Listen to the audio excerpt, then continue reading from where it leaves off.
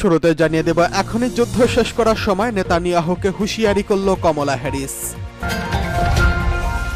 জানিয়ে দেব রাশিয়া ও চীনের 4 যুদ্ধ বিমান আটকে দিয়েছে যুক্তরাষ্ট্র ও কানাডা। এদিকে চীনের মধ্যস্থতায় জোট গঠনে হামাস ফাতাহ একমত হল। এদিকে রেড লাইন ক্রস করেছে হিজবুল্লাহ, হুঁশিয়ারি ইসরায়েলের। সর্বশেষ জানিয়ে দেব ইরানের হামলা থেকে ইসরায়েলকে রক্ষা করবে যুক্তরাষ্ট্র, বলছে হোয়াইট হাউস। এতক্ষণ শুনছিলেন গুরুত্বপূর্ণ সংবাদ শিরোনাম, এখন জানিয়ে দিব বিস্তারিত। এখনই যুদ্ধ শেষ করার সময় নেতানিয়াহুকে বলছেন কমলা হ্যারিস। যুক্তরাষ্ট্রের ভাইস প্রেসিডেন্ট কমলা হ্যারিস ইসরায়েলি প্রধানমন্ত্রী বেঞ্জামিন নেতানিয়াহুর সঙ্গে আলোচনা করেছেন। এই আলোচনাকে তিনি খোলামেলা এবং গঠনমূলক বলে আখ্যা দিয়েছেন। আসন্ন নভেম্বরে প্রেসিডেন্ট নির্বাচনে তিনি ডেমোক্রেটিক প্রার্থী হচ্ছেন বলে আশা করা হচ্ছে। প্রেসিডেন্ট জো বাইডেনের চেয়েও কঠোর সুরে হ্যারিস বলেছেন, তিনি গাজায় হতাহতের বিষয়ে তার গভীর উদ্বেগ স্পষ্ট করেছেন। নেতানিয়াহুকে তিনি বলেছেন, ইসরায়েল কিভাবে আত্মরক্ষা করেছে তা গুরুত্বপূর্ণ। হোয়াইট হাউসে ইসরায়েলি প্রধানমন্ত্রীর সঙ্গে সাক্ষাতের পর কমলা হ্যারিস বলেন, এখনই যুদ্ধ শেষ করার সময়। 2 রাষ্ট্রের সমাধানের পথের প্রয়োজনীয়তার উপর জোর দেন তিনি। পাশাপাশি আমেরিকানদের এই সংঘাত নিয়ে সূক্ষ্ম প্রভেদের বিষয়ে সতর্ক থাকার আহ্বান জানান ভাইস প্রেসিডেন্ট। বৃহস্পতিবার মার্কিন প্রেসিডেন্ট জো বাইডেনের সঙ্গে সাক্ষাৎ করেন নেতানিয়াহু। গেল রোববার বাইডেনের পুনর্নির্বাচনী প্রচারণা থেকে সরে আসেন। আগের দিন মার্কিন কংগ্রেসে ভাষণ দেন ইসরায়েলি প্রধানমন্ত্রী। হামাসের বিরুদ্ধে পূর্ণ বিজয় অর্জনের অঙ্গীকার করেন তিনি। তার ভাষণের সময় কংগ্রেসের বাইরে ফিলিস্তিনপন্থী আন্দোলনকারীরা বিক্ষোভ করছিলেন। গাজা যুদ্ধ এখন 9ম মাসে রয়েছে। যুদ্ধের ইতি টানতে নেতানিয়াহু দেশের পাশাপাশি বিদেশেও চাপের মুখোমুখি রয়েছে। এদিকে রাশিয়া ও চীনের 4 যুদ্ধ বিমান আটকে দিচ্ছে যুক্তরাষ্ট্র ও কানাডা। যুক্তরাষ্ট্র ও কানাডা 2টি চীনা এবং 2টি রুশ বোমারু বিমান আটকে দিল। আলাস্কা রাজ্যের কাছে আন্তর্জাতিক আকাশসীমায় এসব বিমান পরিচালনা করা হচ্ছিল। নর্থ আমেরিকার এরোস্পেস ডিফেন্স কমান্ড এমনটি বলেছেন। আলাস্কার এয়ার ডিফেন্স আইডেন্টিফিকেশন জোনে যুক্তরাষ্ট্র ও কানাডার যুদ্ধ বিমানগুলো রাশিয়ার 2টি TU-95, 2টি PRCH-6 যুদ্ধবিমান শনাক্ত করেছে এবং আটকে দেওয়া হয়েছে বলে জানিয়েছে নোরাড। রাশিয়ার প্রতিরক্ষা মন্ত্রণালয় এটি নিশ্চিত করেছেন। রাশিয়া ও চীনের সামরিক কয়েকটি বিমান প্রশান্ত মহাসাগর অঞ্চলে 5 ঘন্টা ধরে যৌথ টহল পরিচালনা করছেন। চীনের প্রতিরক্ষা মন্ত্রণালয়ের এক মুখপাত্র বলেন, বার্ষিক সামরিক চুক্তির পরিকল্পনা অনুযায়ী বেইং সাগরের উপরে যৌথ কৌশলগত টহল পরিচালনা করছেন। নোরাড উল্লেখ করেছে যে সামরিক যুদ্ধবিমানগুলো যুক্তরাষ্ট্র বা কানাডার সার্বভৌমত্ব আকাশসীমায় প্রবেশ করেনি। এদের ঝুঁকি হিসেবে বিবেচনা করা হয়নি। দ্বিজাতিক কমান্ড এক বিবৃতিতে বলেছেন, নোরাড উত্তর আমেরিকার কাছাকাছি অঞ্চলে প্রতিদ্বন্দ্বীদের কার্যক্রম পর্যবেক্ষণে রাখবে। কোনো বিমান বা উড়োজাহাজকে আটকে দেওয়া হলো একটি সামরিক পরিভাষা। ইলেকট্রনিক বা চাক্ষুষ কোনো উপায়ে বিদেশি কোনো বিমানের সঙ্গে যোগাযোগ করার ক্ষেত্রে এটি ব্যবহৃত হয়। এদিকে চীনের মধ্যস্থতায় জোট গঠনে হামাস ও ফাতাহ একমত হল। চীনের মধ্যস্থতায় ঐক্যমত্যের সরকার গঠনের চুক্তিতে উপনীত হয়েছে ফিলিস্তিনের বড় 2 রাজনৈতিক দল এবং হামাস এবং ফাতাহ। গতকাল বেইজিংয়ে এই চুক্তি স্বাক্ষরিত হয়েছে। গাজায় ইসরায়েলি আগ্রাসন শেষ হওয়ার পর অঞ্চলটিতে শাসন কাঠামো নির্ধারণে এই চুক্তির লক্ষ্য। হামাস ও পশ্চিম তীরের ক্ষমতাসীন দল ফাতাহ ছাড়াও দেশটির আরও 12টি স্বাধীনতাকামী সংগঠন এই চুক্তিতে অংশ নিয়েছেন।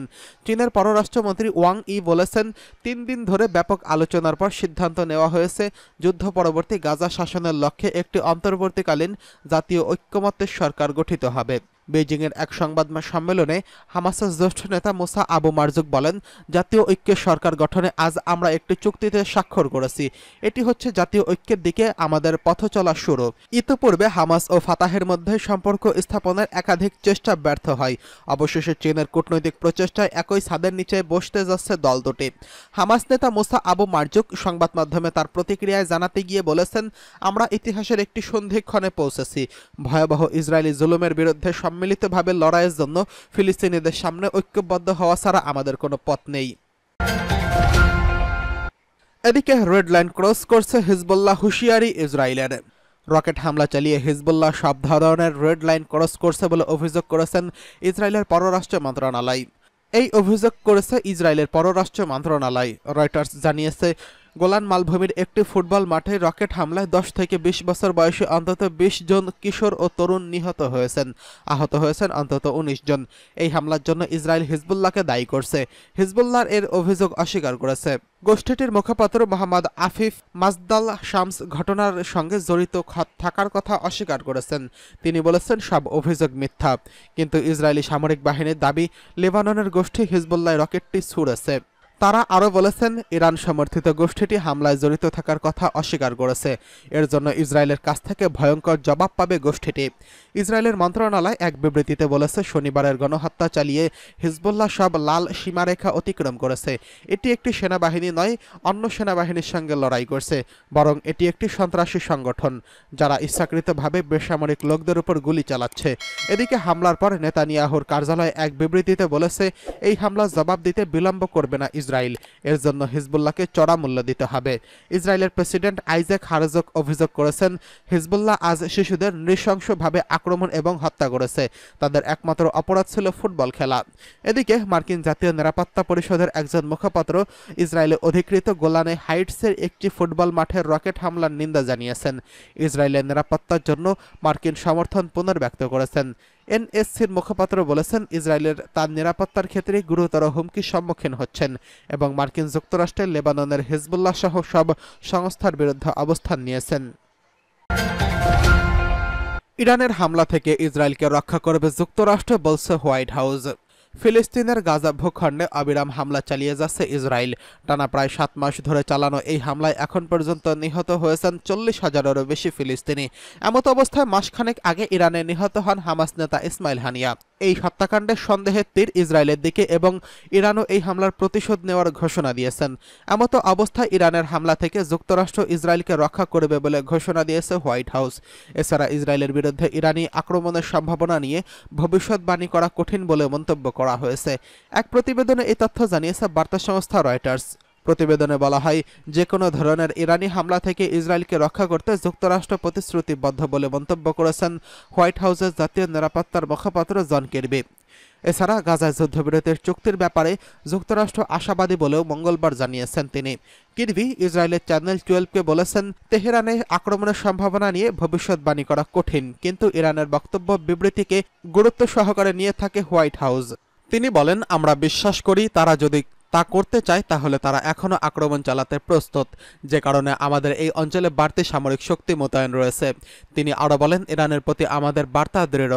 এটি দৃঢ় ছিল এবং থাকবে। প্রথমত, এটা ইসরায়েলে হামলা করবেন না, পরিস্থিতি আরও উত্তপ্ত করার কোনো কারণ নেই, সম্ভাব্য কোনো ধরনের আঞ্চলিক যুদ্ধ শুরু করার কোনো লক্ষণ ও কারণ নেই। এবং দ্বিতীয়ত, আমরা ইসরায়েলকে রক্ষা করতে প্রস্তুত যদি তাদের উপর হামলা হয়। ইরান হামাস নেতা ইসমাইল হানিয়াকে হত্যার কঠোর জবাব দেওয়ার প্রতিশ্রুতি দিয়েছে। গত মাসের শেষের দিকে তেহরান সফর করার সময় তিনি হত্যাকাণ্ডের শিকার হন এবং এই ঘটনার জন্য ইসরায়েলকে দায়ী করছে ইরান। ইসরায়েল অবশ্য এই ঘটনায় তাদের জড়িত থাকার বিষয়টি নিশ্চিতভাবে অস্বীকার কোনোটিই করেনি।